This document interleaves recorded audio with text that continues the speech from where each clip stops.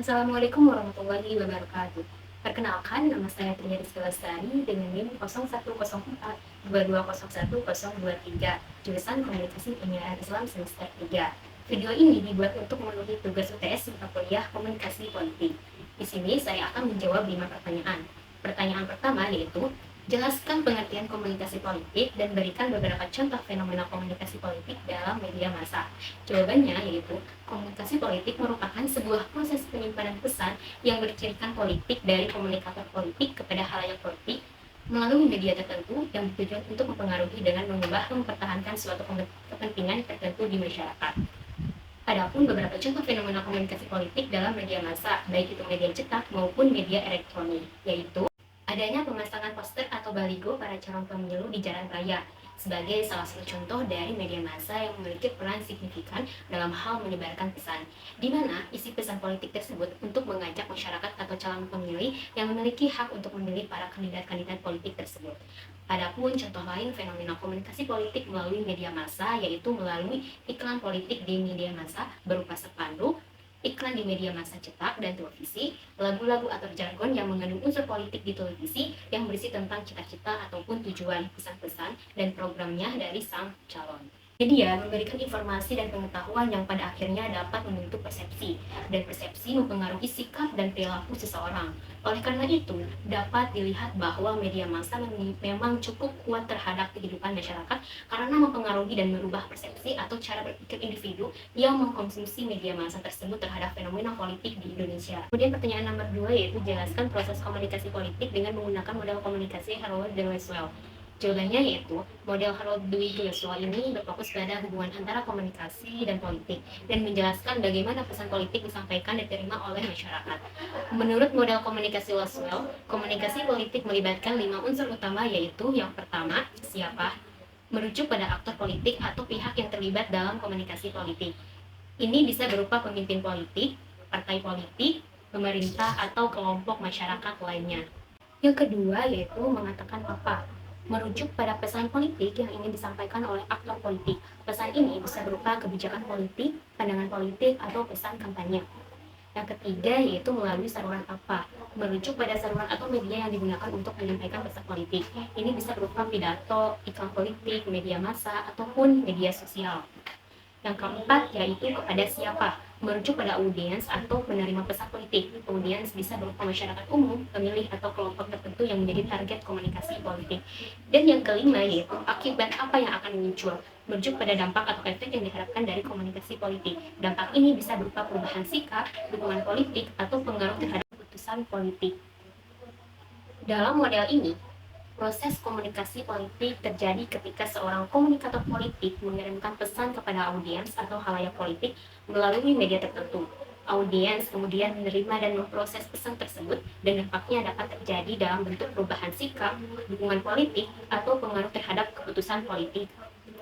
Model komunikasi Lasswell ini bersifat linear dan sederhana atau satu arah dan tidak mencakup kompleksitas dan dinamika yang ada dalam komunikasi politik sebenarnya. Lasswell menjelaskan bahwa model komunikasi politik miliknya menunjukkan bahwa pihak komunikator pasti memiliki keinginan untuk dapat memberikan pengaruh kepada penerima. Oleh karena itu, komunikasi politik dipandang sebagai suatu upaya persuasi. Kemudian, upaya penyampaian pesan dalam komunikasi politik tersebut dapat menghasilkan dampak positif maupun dampak negatif. Dampak yang muncul dari komunikasi politik pun bergantung pada cara penyampaian dari pemberi pesan. Pertanyaan nomor 3, jelaskan mengapa teori pemasaran marketing bisnis pada perkembangannya diadopsi menjadi salah satu strategi dalam politik. Jelaskan perbedaan kampanye politik dan pemasaran politik. Jawabannya, mengapa teori pemasaran marketing bisnis pada perkembangannya diadopsi menjadi salah satu strategi dalam politik? Karena memiliki beberapa keuntungan dan relevansi yang penting dalam konteks politik. Marketing diperlukan untuk menghadapi persaingan dalam memperebutkan pasar atau market, yang dalam hal ini adalah para pemilih.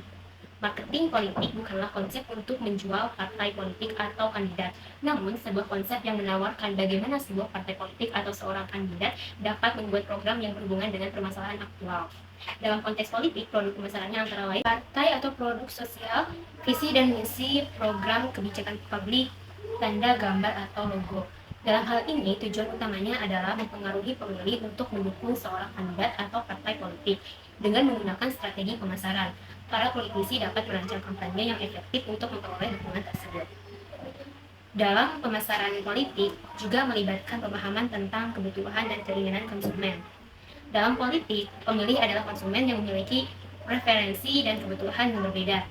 Dengan menerapkan prinsip-prinsip pemasaran, politisi dapat mengidentifikasi kebutuhan pemilih dan menyusun pesan yang relevan dan menarik bagi mereka. Seperti dalam bisnis, politikus juga perlu membangun citra dan merek yang kuat di mata pemilih. Mereka menggunakan strategi pemasaran untuk memperkenalkan diri mereka, mempromosikan kebijakan, isi dan misi mereka, ide atau gagasan, serta mempengaruhi persepsi publik terhadap diri mereka. Politikus juga menggunakan segmentasi pemilih untuk mengidentifikasi kelompok target yang perlu mereka fokuskan dalam kampanye mereka. Kemudian, perbedaan kampanye politik dengan pemasaran politik adalah jika kampanye politik lebih berfokus pada memenangkan pemilihan dan memperoleh dukungan politik, sedangkan pemasaran politik lebih berfokus pada mempengaruhi pemilih dan membangun citra positif bagi kandidat atau partai politik. Kemudian, jika dilihat dari tujuannya, yaitu jika kampanye politik tujuannya itu untuk memenangkan pemilihan dan memperoleh kekuasaan politik, sedangkan tujuan pemasaran politik adalah mempengaruhi persepsi dan sikap pemilih terhadap kandidat atau partai politik.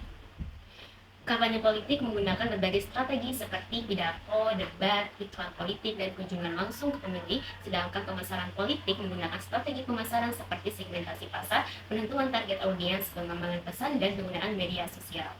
Sementara jika dilihat dari jangka waktu, kampanye politik biasanya berlangsung dalam periode waktu yang terbatas seperti selama pemilihan atau kampanye pemilihan. Sedangkan pemasaran politik dapat berlangsung dalam jangka waktu yang lebih panjang, terutama jika politisi atau partai politik ingin membangun citra positif dan mempertahankan dukungan pemilih.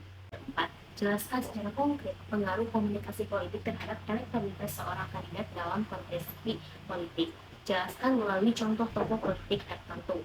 Pengaruh komunikasi politik terhadap elektabilitas seorang kandidat sangat penting, karena apabila seorang kandidat memiliki kecakapan dalam hal berkomunikasi dan memiliki strategi komunikasi politik, maka kemungkinan besar akan mendapatkan suara terbanyak.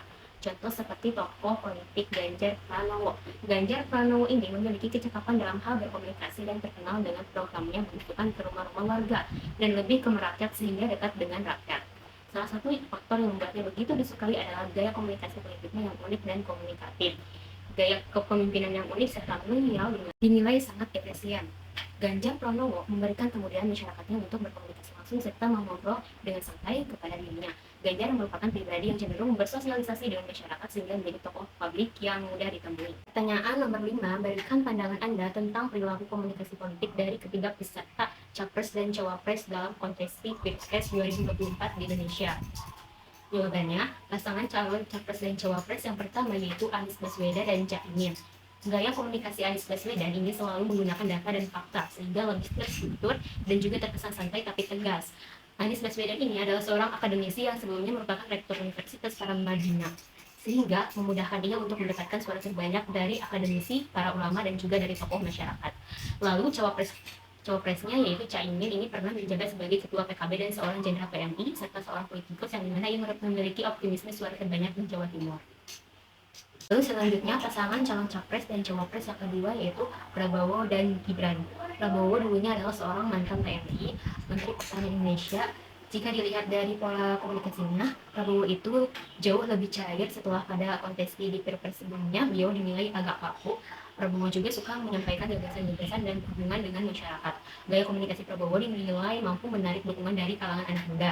Hal itu tidak terlepas dari perubahan gaya komunikasi yang santai, ringan, namun tetap berisi. Prabowo juga dinilai sangat luwes, suka berjoget dan bertingkah lucu. Hal ini menjadi perhatian publik. Banyak dari masyarakat yang menilainya karena perilaku lucu dan membebaskan. Gaya komunikasi Prabowo yang lebih halus dan cair itu berpotensi memberikan dampak positif terhadapnya. Itu berdampak pada elektoral Gibran sebagai bakal calon wakil presiden pendamping Prabowo. Dengan demikian, keduanya berpotensi besar disukai oleh masyarakat.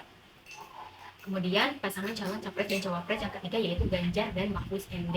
Gaya komunikasi politik Ganjar Pranowo menurut saya orang yang dikenal sebagai pemimpin yang dekat dengan rakyat, dinamis dan tidak modern. Salah satu faktor yang membuatnya begitu disukai adalah gaya komunikasi politiknya yang unik dan komunikatif.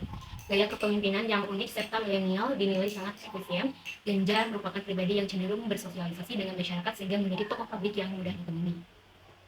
Ganjar Pranowo juga memiliki gaya komunikasi politik yang santai dan interaktif. Ia gemar berinteraksi dengan masyarakat melalui media sosial.